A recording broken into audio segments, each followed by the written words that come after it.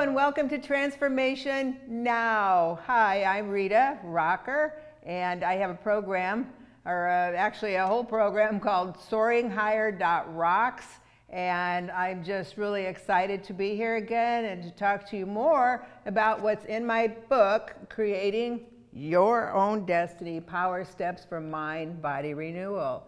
And this does have a workbook with it.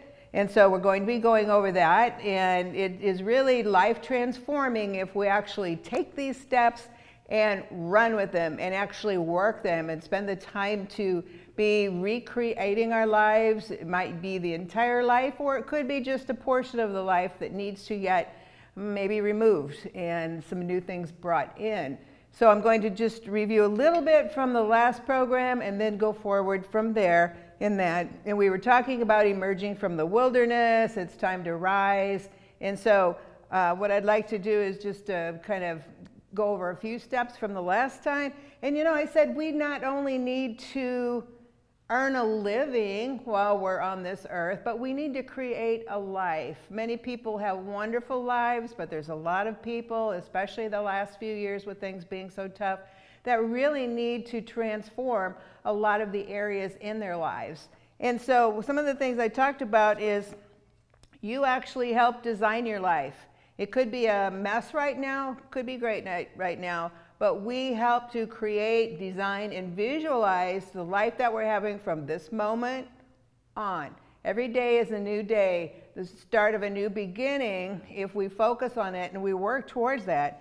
And so, you know, some people do the mind pictures, and we have to do mind pictures and see ourselves doing things that we're not right now, or having things that we don't have right now.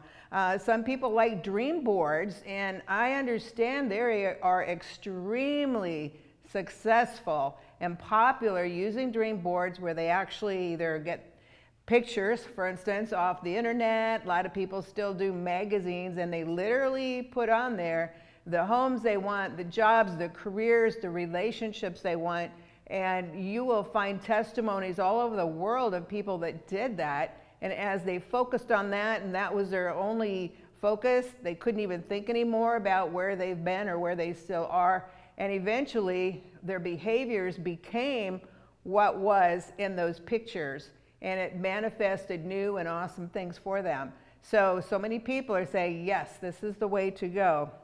And obviously, by the words that we speak all the time, I'm dumb, I'm stupid, I'm great, I'm awesome. You know, what are the words that you're speaking to yourself? And a lot of times that's going to take a lot of work. It's going to take a lot of practice to be able to say things, speak things about us, ourselves, and our lives that maybe we've never even maybe had before. You know, I've been following some programs with Dean Graziosi and Tony Robbins lately, and these men are, I know Tony is definitely a billionaire. I know Dean is at least a multi-millionaire. And Dean has had 7 books written on the bestseller list. Okay, he's dyslexic, and he still can't read hardly at all, anything. He literally types with these 2 fingers. He cannot type, he cannot function that way, but he's had 7 bestseller books. Multi-millionaire. Travels all over the world. Some of his coaching programs, he's gotten up to like $400,000 from one person or one company. Okay, he barely finished high school. So don't think, oh, I have to have a college degree and I have to have this. And he said I don't know if he meant the same 2 parents, divorced and remarried 9 times or something like that. He had to live with grandma quite a bit because his life was just nuts. And so look at this man, what he did, and having challenges with being able to read, to type, to do anything like that. So again, what he did was he visualized. He worked with what he had, was initially with being able to flip over a house in real estate, and then how to flip a car a month and make money off of auto sales. He could do that. He just couldn't read and he couldn't type. Okay, and then Tony Robbins, oh my gosh, you know, he was kind of on his own at 17. He got kicked out by his mother holding a knife in her hand at Christmas, and he slept on a hill outside, and he had a really, really, really tough life, and he went all in. Everything he had, he went all in to be successful. He's literally fed I believe it's in the billions now of people, meals. He has like, I think it was 60 companies or something like that worldwide. And he started off very much alone, going through trial after trial after trial as he was growing up. But look what happened there. So we really can't say, oh my gosh, you know, I live in this mess, I have this mess. No, I think of people like Tony and Dean, unbelievably successful, and now they're helping other people be successful by learning from what they did, what they went through. And so those are two guys I would highly recommend. You look online and you start following their information if you want some things that are really motivating and educational to help you move forward. And they also work with people, and I'm working on that right now, that want to have programs.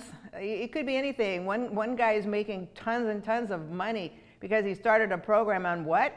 How to teach your parrot to talk. One guy was on fly fishing.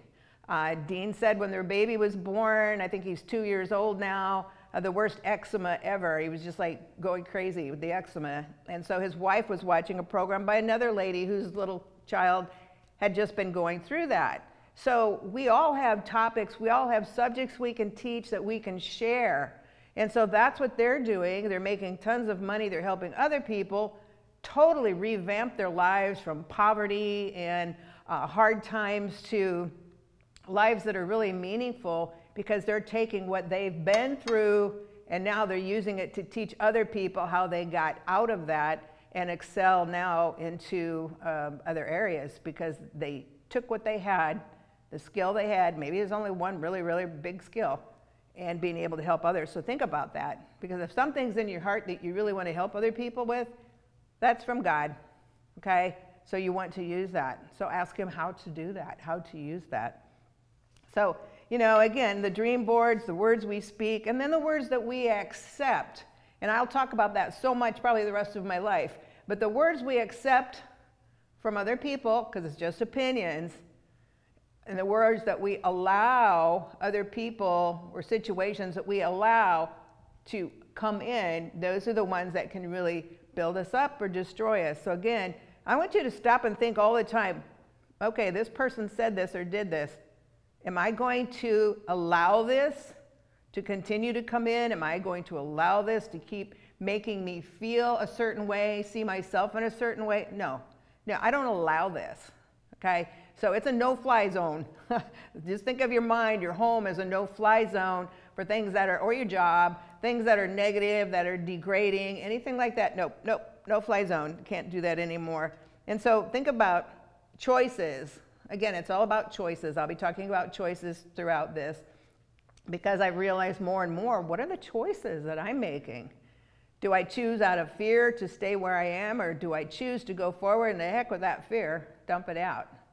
Okay, it's just a thought, it's just a feeling. It really should not have that much of a hold on us in the first place. So think about the good versus the not so good that we're thinking about. And then list possibly the 5 areas that you want to change. Okay, the number one attitude is our attitude, and our attitude towards ourself. I would say that's probably the number one most important thing in guiding our life into something that's good, that's successful, that's happy, or something that's negative and sad and depressing and poverty and all that, is our attitude towards ourself. If we think, hey, I'm a wonderful person, I have a big heart, I've screwed up, I've made a lot of mistakes, but hey, I'm a child of God, I'm a good person, and I have a heart to help people in whatever way it might be, to educate them and teaching them how to teach a parrot to talk, whatever the case may be, okay? But what is your attitude towards yourself?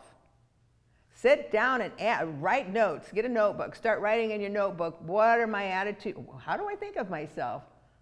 Because wow, you can come up with some things that might be so deep down in there and hidden. And as I listen to Dean and Tony more, I'm seeing how they're pulling things apart and they're talking to people. And it's like, well, I've got to deal with taxes, my divorce, I've got to deal with this and trying to restart my business. And by the time they get through with that person, that's just superficial. They get all the way down into the heart, all the way down to the mind to find out, oh my gosh, well, these things were influenced by what happened before that. So think about those things. What am I choosing to believe? What am I choosing to live with, live by? You'll be amazed if you sit down as quietly as you can. Maybe you have to get in the car. Maybe you have to get up in the middle of the night, whatever, to get some peace and quiet. Think about that. What is your attitude towards yourself? That is number one, period. Okay, another one is gratitude, getting off the pity pot, so to speak. Because again, I'm still, because of what I've been through again recently, sometimes it just takes an act of your will to be grateful. I was in Haiti. Boy, am I grateful I don't live over there. I'm grateful that I have a refrigerator, that I have food to eat, that I can see and hear and walk and talk, and have friends, things like that. So again, sometimes, I hear people mumble and groan because they're going through a tough time. I get that. But it's like, no, what do you have to be grateful for? Because when we start doing that, the more grateful we are, the more things, honestly, positive things do start coming towards us, because we're not pushing them away with negative energy and being all woeful and down. It really happens. It really works. Okay, another one then is, again, like I've mentioned before, make yourself at least an hour at night if you can, not to just sit and binge watch. I've binge watched before. I know what that's like. Sometimes we need that. But to do something like, okay, I'm going to turn off the TV. I'm going to get on YouTube. I'm going to learn something that I need for my future. But then maybe I also want to start watching some dance classes. You can learn a lot about dance if you want to. Something fun. We need something fun and creative and good and positive. It could be art classes, sports, whatever the case may be. So give yourself some time to do something really constructive, or even on YouTube, on TV, there are constructive programs. I'm spending most of my time doing that now because I'm learning and growing, and it feels good. Okay, so think about what you can learn online, but then also educational. So give yourself both, something fun and creative, something educational that will help build your body, build your business, and go forward, because that is very, very important to do that. And so we want to think of a hobby or something, kind of go back and forth, well-rounded person. Okay, and then, I've really tried to cut back on like junk food and things like that, because it kind of runs in my family. Eating for comfort, okay? That's one thing that my family has all had to deal with. And so, walking, and I thought, you know what? I could get up for a few minutes and walk in place while I'm watching something on TV. I could get down on the floor and do some leg lifts and some, sit-ups, some abdominal work while I'm watching something on TV. I may not feel like it, but hey, it's not going to kill me, and it's actually going to do good. It's going to be better. So, even do that if you're watching TV sometime, and try to really think of transforming yourself in those areas step by step by step. Everything's not going to change overnight, but we take steps towards that. And so then, the thoughts that we entertain and the words we speak and the things that we write, whether it's business, text, personal, things we say over the phone, whatever the case may be, are definitely going to control our environment. Think about people that you talk to as well. And so sometimes it's like, well, gosh, every time I go into the office, my boss is just so grouchy all the time, or always seems to have a fit about something, or I don't think my boss just plain old likes me. Okay, so what you want to start doing is start thinking, how am I going to handle this conversation ahead of time? Because it may be that I just need to, with the posture, body signals are 55% of our communication skills, the silent body signals. And so it may be that, okay, I'm not going to be looking down, I'm not going to be looking humble or bashful or like, gosh, well, I guess I don't know anything. No, I'm going to raise my shoulders back, lift them up, and drop them down. I'm going to have my chin up and parallel to the floor. I'm going to have good eye contact, not angry, not afraid, but good eye contact with the person who seems to be giving me some grief, and let them know. Because sometimes just mimicking their body language, like if they're like really, fierce, you don't want to do that and imitate, but you can do things with your body language to close off a little bit, to open up a conversation, and so kind of, mirror that a little bit and try to get more on the same level of communication with this person. It could be even at home. Maybe a spouse, partner, or child is always, just kind of in one of those angry stages, And so what do? We could just keep biting back and fighting back and, fire versus fire and building the fire. But sometimes it's better if you don't really need to respond, is just to walk away, stay silent. That kind of puts water on the fire because you're not feeding the fire anymore. And so sometimes people just give up then. So think about the things that you can do. Well, I know there's going to be a conversation with this person or this boss or whatever. What are some thoughts you have in your head that you can actually create? Maybe, well, gee, if I gave them a resolution, try to come up with an idea that might be a resolution to the problem. Give some positive suggestions and then why those suggestions would work. Start planning in your mind ahead of time conversations you may be having with somebody that you don't particularly want to have, but how you will respond in a way that's not just jabbing back at them, because that really doesn't do anything but cause more fire to blow up.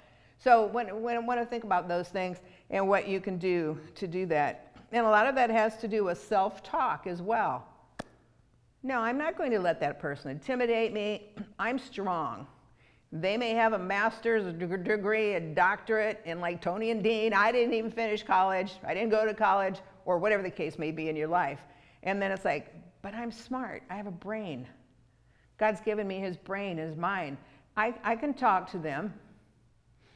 I can do different things, maybe even go to a budget shop, for getting a few different outfits to wear, something that makes me have a little bit more authority. I've done a lot of programs on this, how we look. And some of it has to do with our grooming, definitely our body language, our facial expressions, but then also, what is our grooming like? What are our clothes like? And maybe start wearing clothing that's a little bit more authoritative. If it's in a job where maybe you're trying to build yourself up and you don't feel like people are really appreciating you like that. So think about those things. I can always help with things like the appearance, the body language, the wardrobe, and just a few tweaks sometimes will make a big difference, because people treat us the way we treat ourselves. And if we treat ourselves like we're feeling very down, very lonely, very ineffective, that's how people will treat us. So I always think, no, I'm not that way at all. And build yourself up and be confident in who you are and who you were made to be. So you always want to think about that, and then start devising in your mind the types of thoughts and feelings that you want to share with others. And sometimes we're so afraid of that what do we do when we need to have something, we need to take care of things, we need to change something in our lives, but we procrastinate. I am probably one of the world's worst procrastinators. I don't know why. But a lot of times we procrastinate because maybe we're afraid to go forward with something, and so we're afraid of rejection, we're afraid of something, so we procrastinate. And then it's like, oh my gosh, okay, I have to do this tomorrow, so let's get rolling. Or I'm not even going to bother doing this. I'm going to back out. I used to back out of things all the time, especially when I was in school. And I think it was probably more fear of rejection, fear of failure. So I just back out. I quit so many things that I started, and that was an easy escape, but it's the wrong escape. And so ask yourself, why am I procrastinating? What's the deal? Why am I doing that? And a lot of times you'll feel a certain fear or a skepticism, and I don't want to do anything wrong or stupid, so I'm just not going to do it at all, or I'll just throw something together at the end and hope that it works. Throw something at the wall and see if it sticks. So if you're a procrastinator, I would ask that you start at least trying to break things down in pieces if you have a project to do, and not wait till the night before to do the whole thing. But that takes a lot of discipline. And being able to go, hey, no, I'm not doing that anymore, because that's not part of my new life. My new life is getting organized, making solid plans, and then going forward step by step as I see myself on the other end of this ladder, for instance. And so think about that in becoming successful, because I've said before, he who aims at nothing shall surely hit it, what? Every time. And so we want to consider that as well. And again, dumping anything that's negative or is not going to have a good effect on us. So when we replace the words that we think and speak and what we write and actions, then we bring forth that new life that we so deeply want. And that in turn, that will in turn greatly impact our lives for the better and for positive ways. And so think about the brain. I know I've mentioned this a little bit before. I had a brain tumor removed, so I'm very conscious of the brain. But the brain, if you've seen neuroplasticity, study neuroplasticity, because really, there are neurons in our brain, and it's kind of like the little messengers that send signals to all parts of your body and your nervous system. Okay, so this brain doesn't have an opinion. This brain doesn't know if this is a good thing or a bad thing. That's our mind that we're thinking. And so science has proven you can literally change your brain, you can change the neurons, you can change how it functions and think better by doing these things, by adjusting and altering thoughts that are negative. This one doctor, I can't remember her name at the moment, but she would even use like 2 little samples of trees. One tree, about yay big, was like flourishing, and the other tree was one that you see, sometimes it's just the black little tree with nothing on it. And so many times that's what our brain looks like. It's functioning. It literally inside scientifically is more like that because it's been negative, it's been hurt, it doesn't know any better. So what we have to do then is to constantly focus on the good, the flourishing, and science. You study all about that, about neuroplasticity and science, it literally can change your brain, change your mind, okay? Because our conscience, we have the conscience in back that really will try to, guide us in certain ways, but you can change it. You can change all that by what you're constantly pouring into your mind. People have grown, they've learned. People who had all kinds of physical and mental disabilities have really been able to pull out of that because of what they've allowed to happen.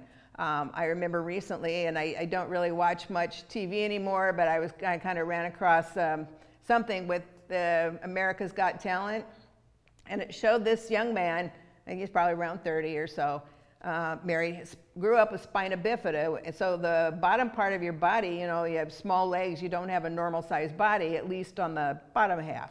And so he's married, very, very nice, good-looking young man, but spina bifida, so bottom half of his body wasn't formed the way it normally would be. And he was not going to let that just make him be in a wheelchair his whole life, and he tried doing crutches, that wasn't working really well. He wanted to be in sports. He wanted to do something just awesome, very fantastic. And so there was something rigged outside. It was a tower. I don't remember how many, it was so high up I couldn't believe it. It was like being on top of a mountain. And the judges and people were like barely making it up to the top. This guy is like pulling himself up with his arms and all the way up to the top of this tower, which was really, really, really, really, really, really high. And then there was like a big slide thing that went quite a long ways, and then a huge, huge, huge, massive gap where there was nothing. And if he'd have missed that, he could have fallen there, broken his neck, or died before he got to the other side of the ramp. And the judges are freaking out. They're just petrified for this guy, and it was hard to watch. And you could tell he was nervous, but so determined. So he finally lets go, and he's going down this thing really, really, really, really fast, makes it across that monstrous gap. But when he hit the other side, one of the wheels somehow hit something, and he toppled over. He stayed on the slide, but he toppled over. And so the judge is going, oh, that was an awesome try, all this kind of stuff. And you could tell he's disappointed. And they said, that's okay. And he goes, no, I'm going to do it again. No, no, no, you don't have to do it. You don't have to do it. No, I have to do it again. I have to do this again. So however it was, he pulls himself again all the way up there with his body. And everybody's just like standing there frozen. They're petrified because it's like, oh my God, what if he kills himself? He goes, oh, there, reaches that perfect landing. And I had tears running down my cheeks. So it's like, oh my God, I think all the judges did too. He made it. He didn't let that failure and darn near killing himself stop him. He did it again. If you could just see him trying to climb up those stairs, that alone was like, holy moly. But he did it. Why? Because he wanted to prove to himself and the world, no matter what has happened to you, don't give up. I love this guy. I don't even remember his name, but I will forever remember what he did. And he didn't let that failure the first time. He just missed it by a little bit. He did it again. And so always think about that. Get back up. Get back in the race. Move forward. I remember when my husband died during my term as Mrs. Nebraska, a few months after the Mrs. America pageant, you know, when I went to speak to this women's conference, and I've mentioned this before, and they said, oh, your message wasn't anything like we expected. And I said, well, what were you expecting? Oh, we thought you were going to talk about the pageant and all that. And mine was just heartfelt like it is now. And I said, no. People fall down, but they need to get back up, dust their knees off, and get back in the race. And that's what I will always talk about, is encouraging people to get going, get moving again, no matter what has happened in your life. And so I just want to encourage you with that today. Think about that guy with the spina bifida. Try it again. That's what we have to do. We get up and we keep trying, like, you know, Magic Johnson being told, oh, you're not going to make it in basketball. And he was released from the team. Magic Johnson, okay? So sometimes we just have to ignore what people have told us and go forward. So I encourage you to do that. I wish you all the best, and I'll see you next time.